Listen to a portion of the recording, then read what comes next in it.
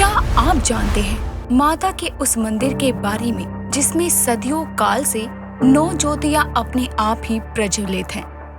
कैसे बिना घी या तेल के ये ज्वाला निरंतर जलती ही रहती है? क्यों इस मंदिर में माता रानी की एक भी प्रतिमा मौजूद नहीं है?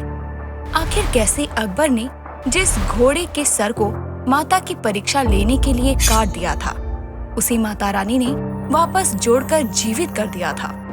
क्या वाकई इस मंदिर में प्रज्वलित ज्वालाओं को अकबर ने पानी डालकर बुझाने की कोशिश की थी? देखिए दोस्तों, एक बार फिर सवाल कई है और रहस्य भी कई हैं। इसीलिए आज का ये वीडियो होने वाला है बेहद खास। हिमाचल प्रदेश में मौजूद ज्वाला देवी मंदिर से जुड़े हर रहस्य को आपके सामने खोलेंगे आज हम अपने इस वीडियो के जरिए। तो क्या आप सब रेडी हैं? अगर रेडी हैं तो फिर देर किए बिना मैं कर रही हूँ आज का ये वीडियो स्टार्ट। लेकिन वीडियो शुरू हो जाए उससे पहले जल्दी से आप कीजिए चैनल को सब्सक्राइब और बने रहिए हमारी इस छोटी सी दुनिया का एक अहम हिस्सा। अक्सर बचपन में आपने दादी नानी से कई किस्से कहानियां सुनी होंगी, जिनमें से कुछ सच होती हैं तो कुछ झूठ। लेकिन आज जिस मंदिर के बारे में मैं आपको बताने वाली हूँ, उसके चमत्कार 100 आने सच हैं। उसकी कहानियां सच से भरी हुई है और हैरान कर देने वाली है। ये मंदिर है हिमाचल प्रदेश में। इसका नाम है ज्वाला देवी मंदिर। बात करूं अगर स्ट्रक्चर की, तो ये मंदिर एक खड़ी चट्टान के पीछे बना है। तो इसे इंडो सिख स्टाइल आर्किटेक्चर में वुडन प्लेटफॉर्म पर बनाया गया है। मंदिर का जो डिजाइन है वो सिंपल है। इसका शिखर और इसका गुम्बद सोने से बना हुआ है और इसका मेन दरवाजा चांदी से बना है। और यहाँ एक बहुत ही बड़ी घंटी लगी हुई है जो कि कॉपर और जिंक से बनी है और इसे नेपाल के राजा ने भेंट में चढ़ाया था। इस जगह पर माता के प्रसाद के रूप में मालपुआ, छोले पूरी और 7 अलग अलग तरह की दाल बांटी जाती है। एक छोटी सी डिटेल आपको बता दूं कि ये जगह अब भारत सरकार की देखरेख में आती है और रिकॉर्ड के हिसाब से यहाँ पर अप्रोक्सीमेटली 102 पुजारी रहते हैं, जिसे 51 शक्तिपीठ में से एक माना जाता है। पहले थोड़ा सा आपको इस शक्तिपीठ शब्द के बारे में डिटेल दे देती हूँ। जैसा कि आपने कभी न कभी सुना ही होगा कि माता सती ने भगवान शिव से अपने पिता दक्ष की मर्जी के खिलाफ जाकर शादी की थी।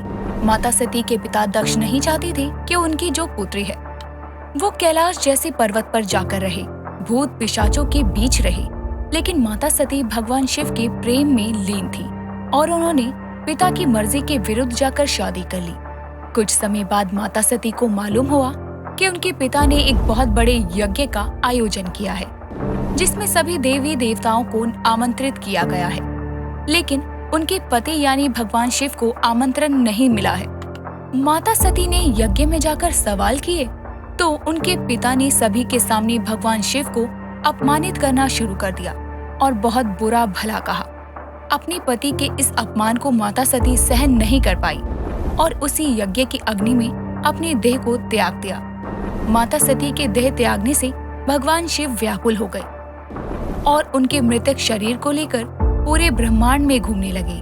उनके क्रोध और दुख को देखकर सभी देवी देवताएं घबरा गए, जिसके बाद भगवान हरि विष्णु ने अपने सुदर्शन चक्र से माता सती के शरीर के 51 टुकड़े किए और ये टुकड़े जहाँ जहाँ गिरे वहाँ पर शक्ति पीठ बन गए।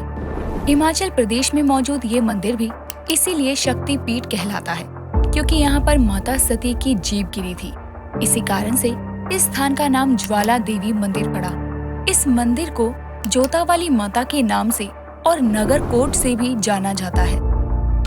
अगर बात करूँ इसकी लोकेशन की, तो ये भारत के राज्य हिमाचल प्रदेश में है। हिमाचल के कांगड़ा से साउथ की डायरेक्शन में 34 किलोमीटर जाने पर ये मंदिर आता है।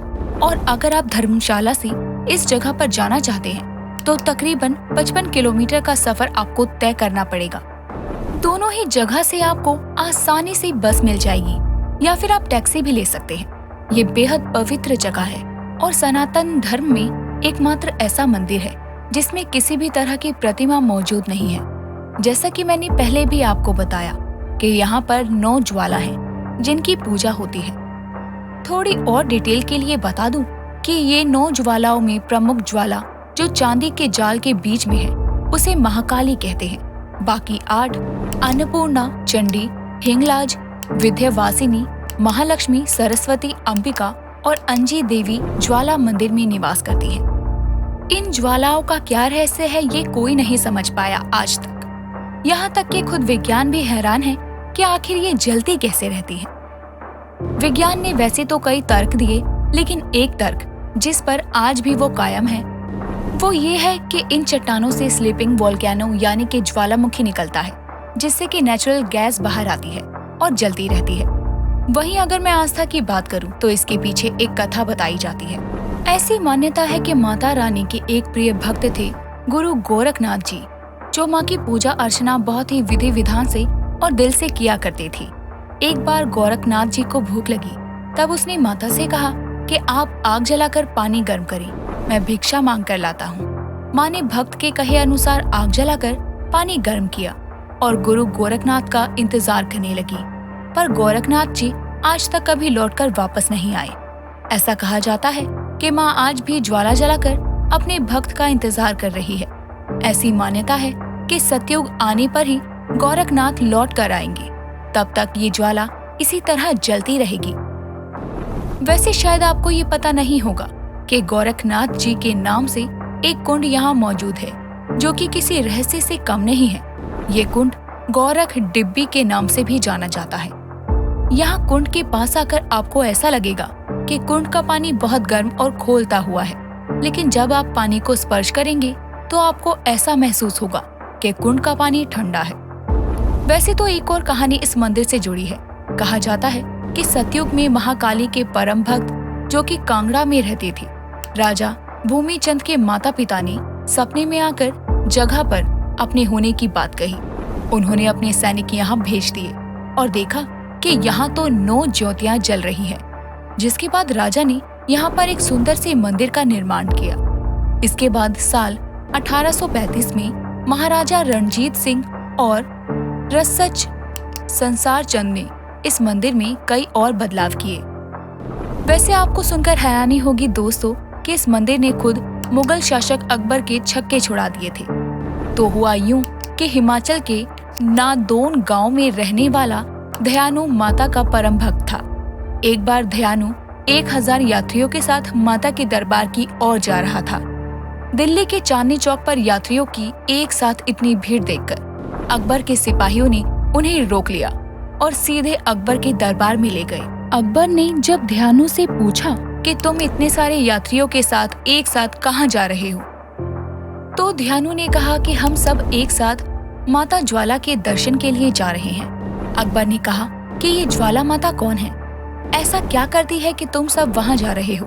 दयानु ने माता का गुणगान करना शुरू कर दिया, जो कि अकबर से सहन नहीं हुआ। अब अकबर ने माता की शक्ति को टेस्ट करने की सोची और उसने दयानु से कहा कि अगर तुम्हारी माता में इतनी ही शक्ति है तो मैं इस घोड़े के सर को काट देता हूँ। उनसे कहना इस घोड़े के सर को वापस जोड़ दी और इसे जिंदा कर दी, तब मैं मानूंगा कि तुम्हारी माता में सच में असीम शक्तियां हैं। सर काट दिया गया। दयानु को तो माता रानी पर अटूट भरोसा था। उसने मंदिर जाकर माता रानी की स्तुति की और माता रानी ने अपने भक्त की लाज रखते हुए घोड़े के सर को वापस से जोड़कर उसे जीवित कर दिया।